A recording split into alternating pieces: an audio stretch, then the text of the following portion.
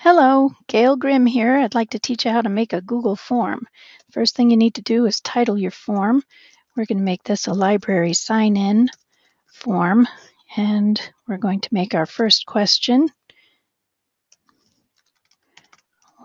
asking them what grade they're in. We'll make it a multiple choice question, and our first choice is 7th, and our next choice will be 8th. Okay, now move you up. We can make this a required question. Click Done.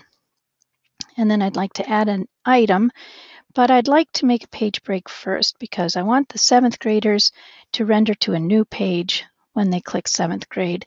And I'd like to ask them an additional question, and that will be which teacher is there. So we're going to have them choose from a list for this one. Classroom teacher, and I'd like to suggest maybe Mrs. Smith, or it might be Mr. Jones.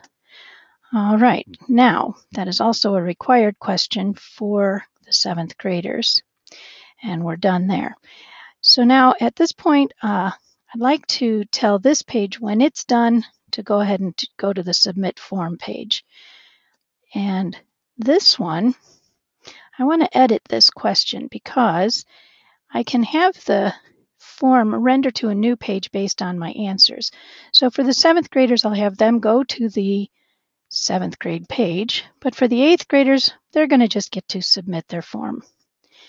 All right, and we're done. Now, we can change the theme of our sign-in form. I love this one for the library. There it is. It's all nice and pretty. And let's look at it live. This is what the kids would see when they come into the library. Oh, I just have to tell it I'm a 7th grader and see what happens next. Oh, now they want to know which teacher I have. Mine's Mrs. Smith, and I'll submit that.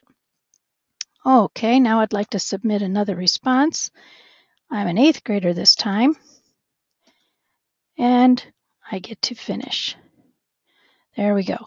Now I want to show you a couple things you can do with this. You've got your responses. You can view a summary of the responses by going there, and your responses all come out. I only have 2 responses, but they come out in nice, beautiful graphs and charts and things.